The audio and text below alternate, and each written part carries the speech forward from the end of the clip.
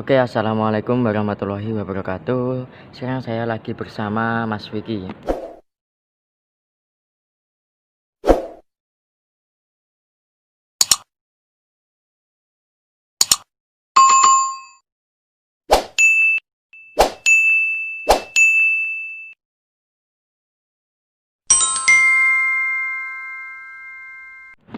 Di sini saya akan tanya jawab soal tentang kalangan anak muda di 2020.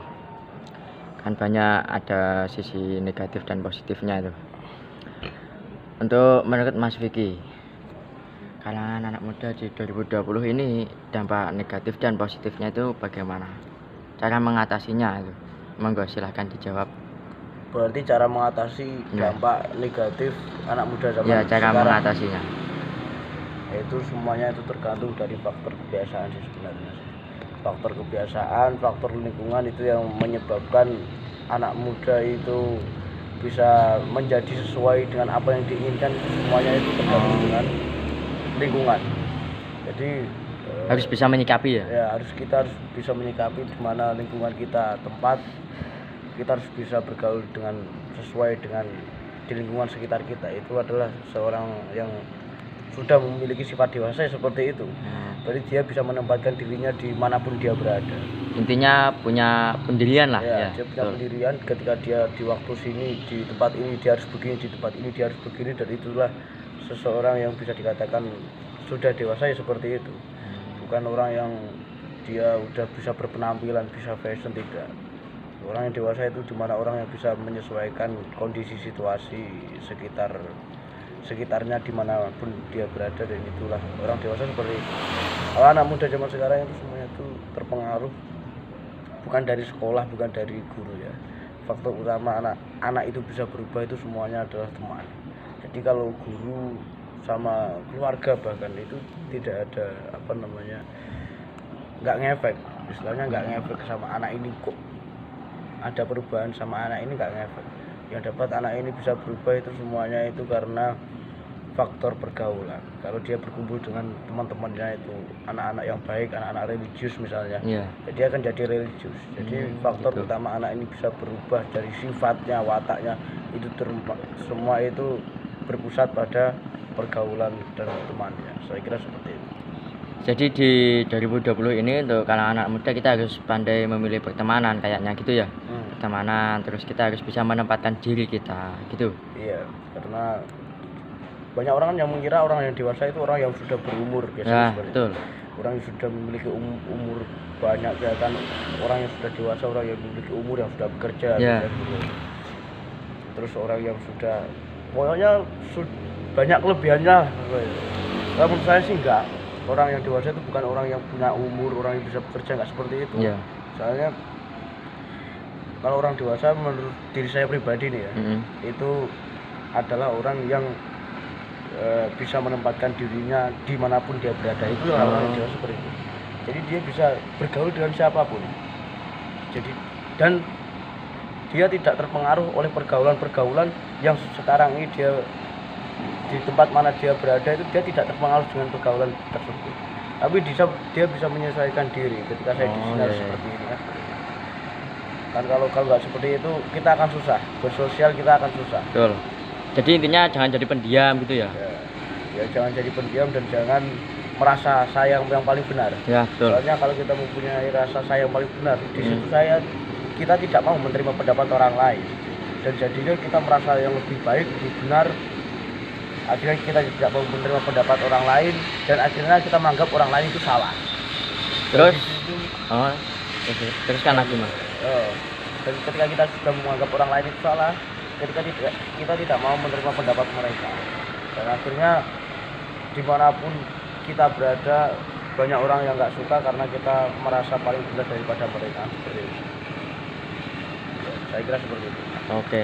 Terus saya ada satu pertanyaan lagi. Kan biasanya kalau kita berteman di kelas kayak di kampus itu kata-kata kan anak pendiam, anak yang masih polos lah, saya katakan masih polos ya gitu ya.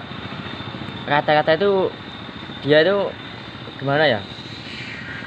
Malah sering diejek, sering dikucilkan, itu maksudnya kurang pertemanannya dia tuh untuk berinteraksi itu apa Iya, kayak sulit. kurangan seperti itu. Kata-kata kan teman polos kan mesti diajak dijauhin lah Iya, itu. Nah, sebenarnya itu kita tidak harus bersikap untuk mengejek, mentang-mentang dia pendiam terus kita kita ejek, kena sini ngumpul sini. Ya. Kita nggak boleh seperti itu.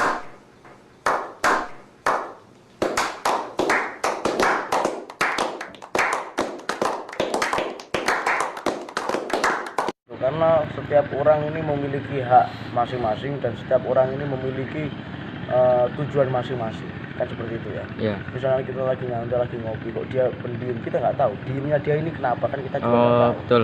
Siapa tahu dia masih konsentrasi dengan sesuatu apa, misalnya pelajaran ya, atau apa. Ya masalah sama keluarga. Kita nggak tahu, jadi kita jangan tertuju dengan pikiran negatif tinggi, mentang-mentang dia pendiam terus dia tidak mau bersosialisasi dengan kita, dia tidak mau mengenal kita, kan nggak seperti itu.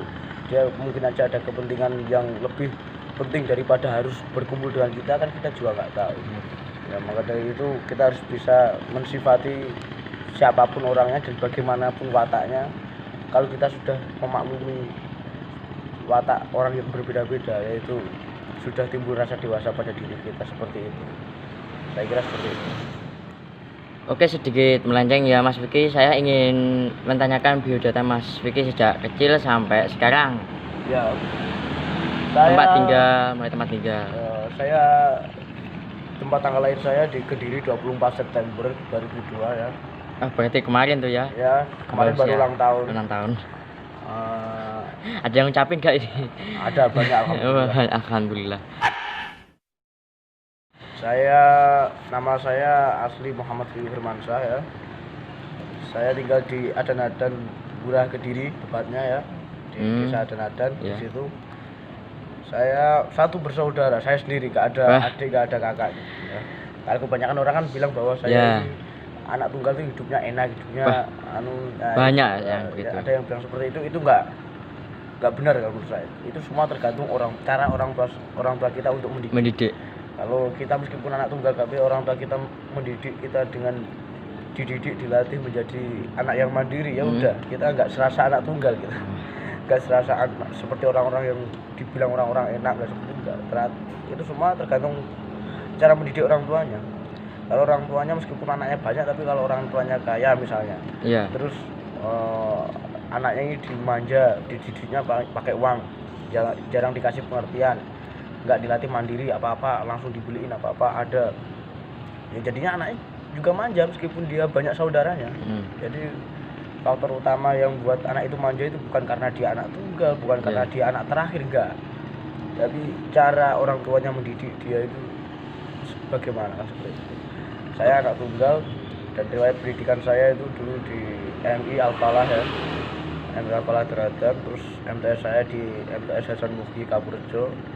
Saya bersekolah di MA Al-Marusyah Lirboyo Kota Kediri. Pernah mondok jadi ini? Ya pernah sih, ya gak lama, cuma 3 tahun saya mondok. Terus tidak kuat atau? Habis itu bukannya nggak kuat, tapi habis itu dilanjut dengan kuliah kan. Iya. Untuk kuliah? Sekarang? Ya kuliah di Tribakti, masih semester awal, masih semester 1 sekarang. Untuk pengambilan jurusan? Saya mengambil jurusan PAI Tarbiyah. Ya, seperti itu karena cocok dengan yang apa? Bukan cocok dengan keahlian atau apa, bukan sih. Terus? Karena PAI Tarbiyah itu kalau menurut saya sendiri itu pendidikan agama Islam, bukan karena saya kok ahli agama Islam, bukan. Justru saya belum bisa mendalami ilmu agama Islam secara mendalam, maka dari itu saya membutuhkan pelajaran tambahan dari Fakultas Tarbiyah ini. Ingin mempelajari lebih dalam gitu ya. Bikin pelajari lebih dalam. Jadi kalau orang kok kamu jurusan apa, psikologi, bukannya dia ahli psikologi, dia belum ahli ke psikologi, habis itu masuk ke jurusan psikologi biar dia bisa menjadi psikolog, kan seperti itu. Banyak orang kan nggak tahu salah ngomong atau salah paham itu biasanya tuh ya.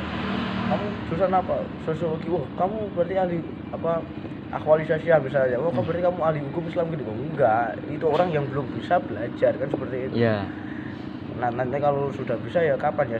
Nanti kalau udah wisuda. Ya, saya kira seperti itu.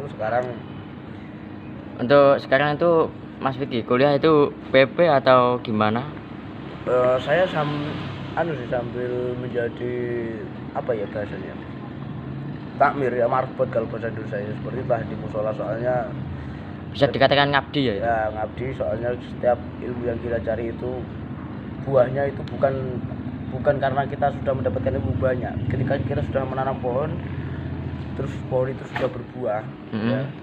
Nah, panennya ini kalau ilmu di akhir ya. Ya, panennya itu ketika kita sudah mengamalkannya, seperti itu. Betul. Seperti jadi saya kira ilmu yang bermanfaat itu ilmu yang sudah diamalkan. Jadi ilmu yang kita punya kita bagikan ke orang lain itu. Nah, yang disebut ilmu yang bermanfaat kan seperti itu, bukan ilmu kita banyak, itu bukan seperti itu. Meskipun kita mempunyai ilmu sedikit atau sedang-sedang, tapi ketika kita sudah mengamalkannya sama orang lain, mengajarkannya kepada orang lain yang tidak bisa dengan ilmu apa yang sudah kita bisa, itu termasuk bermanfaat bagi orang kan. Jadi kita belajar nggak sia-sia juga, seperti itu. Oke, mungkin itu saja Mas Vicky ya, sudah hampir 5 menit ini kita berbincang soal tentang cara mengatasi ya remaja lah di 2020 ini di era global. Iya. Terima kasih Mas Vicky ya. Mungkin itu saja.